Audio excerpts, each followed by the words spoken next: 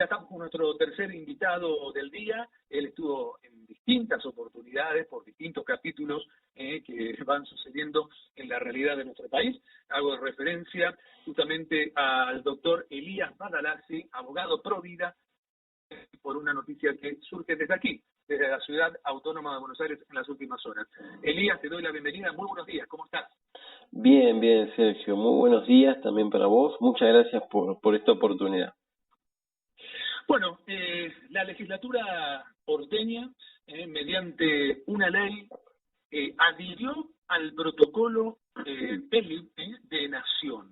¿Qué primera lectura tenés para decir? Y después yo te digo la mía también. Sí, cómo no. Bueno, ante todo, nuevamente gracias por la oportunidad, porque hay muchos medios que prefieren no hablar de este tema.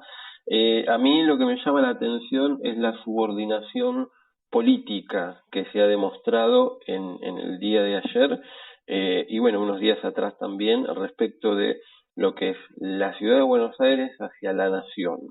Acá claramente hubo algún tipo de acuerdo respecto de esta temática en particular, por el hecho simple de que no estaba dentro de las sesiones del día del 16 para tratarse el tema. Entonces, acá nos damos cuenta de que fue algo metido por acuerdo de los bloques en última instancia, en un último momento, a los fines de seguramente facilitar la votación de otros proyectos, como seguramente será el de la ley que exime el pago de ABL por 2 meses a los comercios. O sea, ¿a qué quiero ir?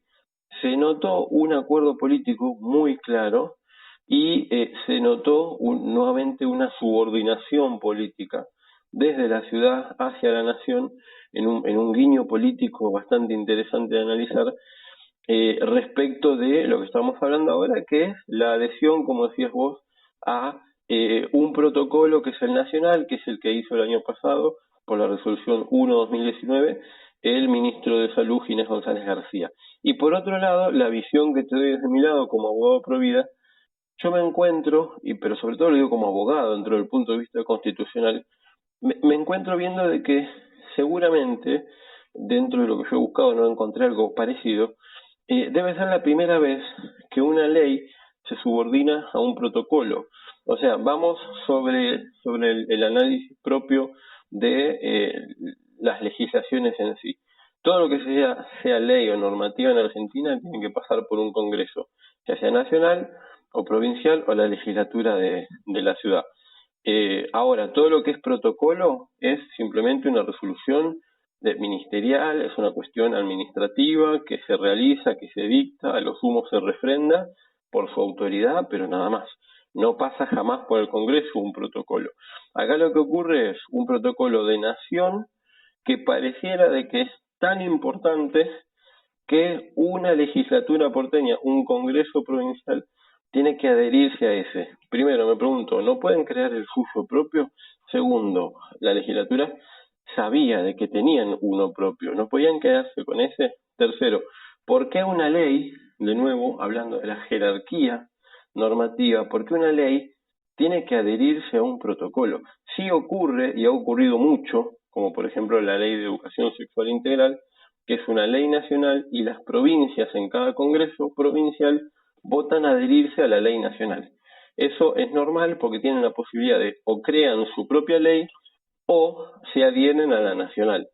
Pero que una legislatura, en vez de crear su propia ley, decida adherirse a un protocolo, es un disparate. Y además, te digo una cosa más que realmente llama la atención. La legislatura tendría que reconocer de que ya existía un protocolo. Ya es algo que nos duela o no nos duela. Yo estoy totalmente en contra de esto. En realidad, hoy lo venía hablando con otro referente pro vida, y qué bueno sería que exista un protocolo de atención a la mujer embarazada para ayudarla a, digamos, estar durante todo el tiempo de su embarazo con ayuda y subsidio estatal, y en su momento, si no lo quiere tener una vez que dé el parto, bueno, que lo entreguen en adopción. Eso sería un protocolo que cualquiera, yo entiendo, apoyaría.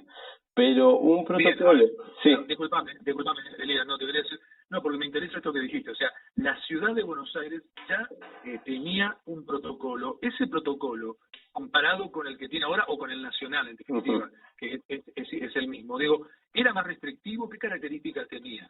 Sí, sí, sí, si lo comparamos era mucho más restrictivo, tenía muchas más limitaciones, pero esas limitaciones las vamos a ir notando cuando nos damos cuenta qué es lo que hace ahora el nuevo protocolo, de lo cual aprovecho para decirle, y sobre todo a todos los que son padres en la ciudad de Buenos Aires, con esta adhesión de la legislatura, la mayoría de los papás acaban de perder muchos derechos sobre sus hijos. Porque, por ejemplo, uno de los grandes cambios que se nota, y ahí es donde uno se da cuenta que el anterior sí era restrictivo, pero era por algún motivo en particular restrictivo. Uno de los grandes cambios es que ahora cualquier chica de 13 años ya cumplidos puede ir a practicarse un aborto a cualquier hospital público de la ciudad de Buenos Aires sin que lo acompañen los padres.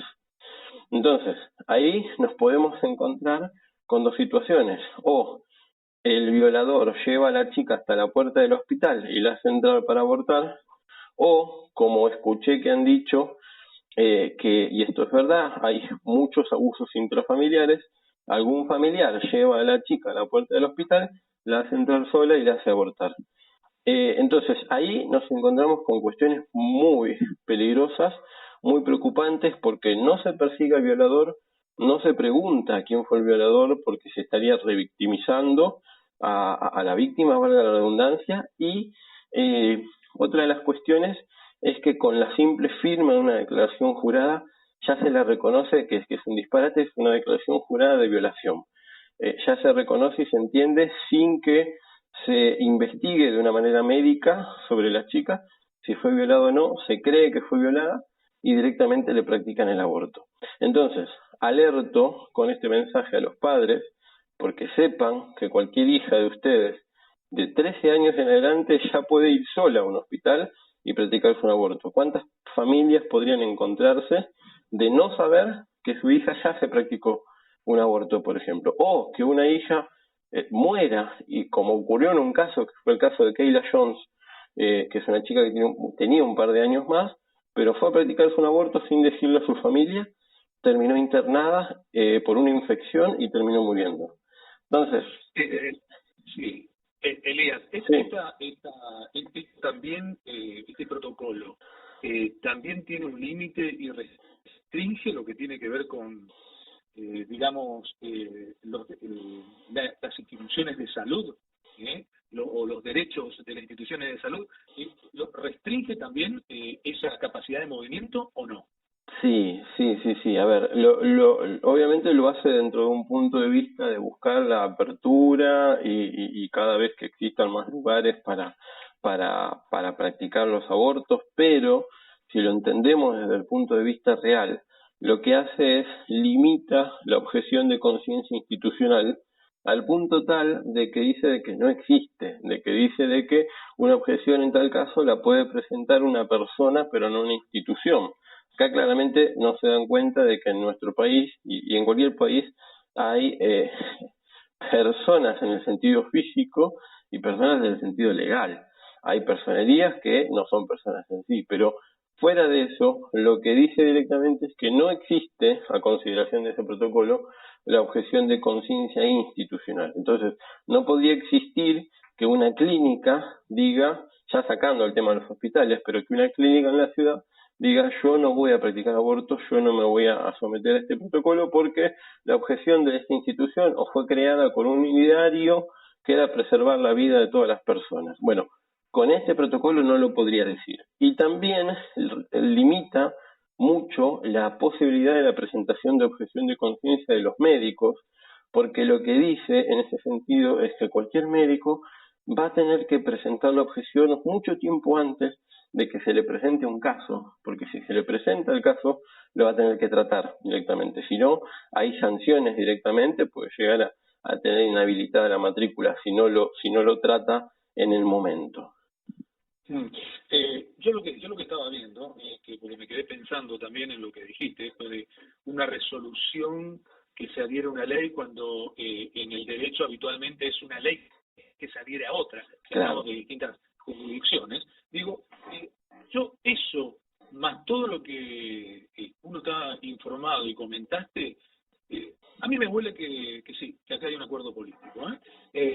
Por eso cuando comenzaste tu comentario a hablar de subordinación, en este caso, me pareció que algo por ahí anda, porque me pregunto de esta manera, directamente, era el momento, estamos en una pandemia, viendo cómo seguimos, que viene la etapa aperturista, si las cosas más o menos caminan, pero hay que ver cómo viene el tema de los contagios y demás, así que se puede volver atrás también en cualquier momento, estamos advertidos. Digo, era el momento para tratar un tema como este, por eso llama la atención, el momento elegido es como que es la huella que deja el asesino, ¿no? Entre comillas. Sí, sí, no, no, tal cual. A mí realmente me llama mucho la atención. Volviendo a lo principal que vos hiciste mención de esto de la subordinación política, si nosotros analizamos esa sesión, sabemos que se votaron dos o tres leyes importantes. Obviamente una era esta, que es la adhesión, pero la otra importante era la de la exhibición del pago de ABL por 2 meses. Después hubo otra que era la aplicación para los deliveries y demás. Pero llama la atención, pues yo escuchaba a la vocera del Frente de Todos respecto del tema de la campaña del aborto, que es la legisladora Laura Velasco, y ella hablaba de que había un acuerdo político en esto, que habían llevado adelante negociaciones por todos los bloques políticos, y eso era lo que iba a demostrar el apoyo completo, digamos, sobre esto. Y hizo una mención que todos los medios, la gran mayoría, no todos, lo tomaron, que dijo de que 50 votos habían avalado esta adhesión. Y en realidad eso es un error, yo no entiendo por qué lo habrá dicho, calculo que entendió de que 50 era un número más grande, porque cuando vamos a la lectura de la sesión son 49 los votos. Entonces, simplemente es un detalle, pero después los demás medios lo tomaron, lo empezaron a publicar, sin citarla a ella, directamente dijeron fueron 50 votos los que apoyaron el aborto, y en realidad no, fueron 49. En ese sentido yo digo, quizás nadie vio la sesión, quizás a nadie le importa el tema, o quizás escuchan a una vocera y no se ponen a pensar si todo lo que dice es verdad o no, incluyendo el apoyo que ella le da a la cuestión abortista. Y eso nos hace entender de que estaba todo arreglado, lo que ella iba a decir era lo que se iba a votar y punto. Increíble, ¿no? No es un detalle menor también el que contás. Y si, claro, a lo mejor como está la cortina de humo, entre comillas, para esos otros quehaceres, a lo mejor dicen, bueno, justamente cuando la gente está distraída y mirando para allá, podemos aprovechar para meter esto en estos momentos. Pero hay una complicidad, está claro, conjunto por el cambio, aquí en el gobierno de la ciudad de Buenos Aires y hoy el llamado Frente de Todos. Y esto, fíjate vos que en las asociaciones, no solamente lineales, uno puede pensar cuando se habla de teorías conspirativas reales o no, Elías, se habla de megamillonarios y uno de ellos es Soros, ¿no? Que con su fundación justamente lo que hace es invertir gran parte de esa fundación en dinero para tener activistas de todo el mundo a favor del aborto. Y qué casualidad, también lo mezclan a ese empresario húngaro y su fundación junto a otros megamillonarios como Club de Millonarios para adueñarse del mundo, mezclado con funcionarios y empresarios de la industria de la salud o de laboratorios farmacéuticos, como le quieran llamar, también lo mezclan con todo el tema de la pandemia o pseudopandemia. Entonces digo, qué casualidad, como justo acá en la ciudad de Buenos Aires, con esto que pasó en la legislatura, se une un punto con el otro, una cuestión con la otra, la pandemia, el COVID-19 con el tema del aborto. Sí, sí, sí. No, totalmente, totalmente. La verdad que coincido con lo que vos habías dicho. No era el tiempo para nada. Por supuesto, nosotros estamos totalmente en contra de que esto se apruebe en ningún momento, pero menos en una época de pandemia, menos en una época de hipervulnerabilidad de toda la sociedad, en donde están preocupados por su economía, en donde están preocupados por no contagiarse y no enfermarse y no contagiar a otros, que se vaya a debatir un tema que además, hablando del tema de debatir, me llamó mucho la atención porque se votó sobre tablas. Eso quiere decir que se votó sin haber pasado por las comisiones.